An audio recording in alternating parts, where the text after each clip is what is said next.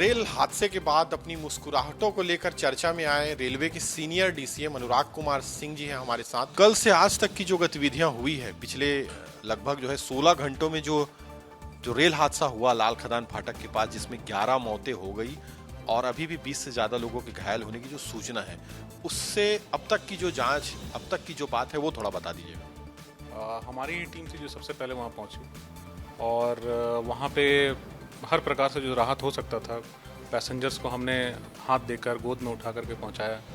यहाँ तक कि हमारे गाड़ियों से टॉवेल, चादर जो भी थे, उससे जो उस तरीके से छत विच्छत थे उनको ढका गया। और हर प्रकार से जो वहाँ पे सुविधा हो सकता था, बस, एम्बुलेंस, इस प्रकार से सारी सुविधाएं उनको दी गई ताकि उनको किसी भी प्रकार का कष्ट नहीं हो।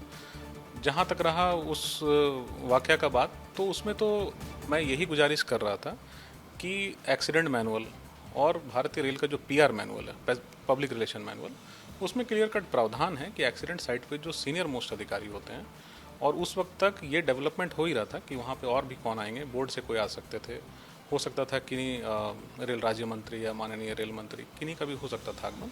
तो इस दृष्टिकोण को ही स्पष्ट किया जा रहा था आपको कि भाई यहाँ पे जो अधिकृत रहते हैं एक्सीडेंट साइट पे, अन्यथा हम दे सकते हैं, लेकिन एक्सीडेंट साइट पे सीनियर मोस्ट जो ऑफिसर रहते हैं, जो उस वक्त तक वहाँ पे सीपीआरओ भी थे, डीआरएम साहब थे, जीएम साहब थे, तो उसी चीज़ को बताने के संदर्भ में, लेकिन ये है कि आधे सेकंड का कुछ ऐसा लेके उस तरीके से चलाया गया जो कि बिल्कुल ही नितांत गलत था। बिल्कुल ठीक सर, ये हो गई वो उस वाक्य की बात। अब जो हादसा हुआ है इतना बड़ा जो है, रेलवे में 11 मौतें, 20 घायल, ट्रेन जो है, एक ट्रेन मालगाड़ी के ऊपर चढ़ गई। अब तक जो है रेलवे की जो जांच है वो किस तरफ जा रही है?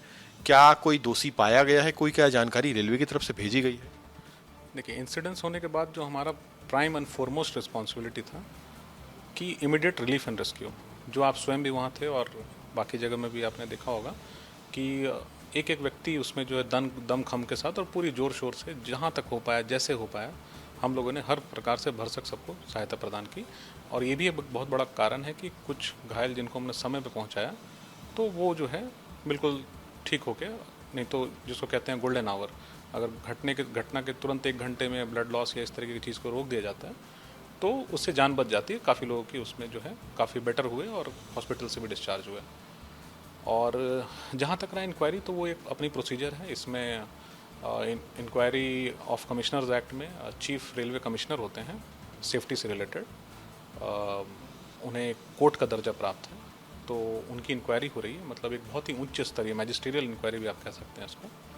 तो वो कॉल्ड फॉर है और वो कलकत्ता से यहाँ आ चुके हैं और वो प्रथम दृष्टया साइट को विज़िट कर लिए हैं उन्होंने अभी हॉस्पिटल में, और विभिन्न चीज़ों पे वो इस पर इंक्वायरी करेंगे और उसके बाद फिर जैसा भी उनका रिकमेंडेशन रहेगा वो प्राइमा फेसी बताएंगे कि क्या इसका कारण था।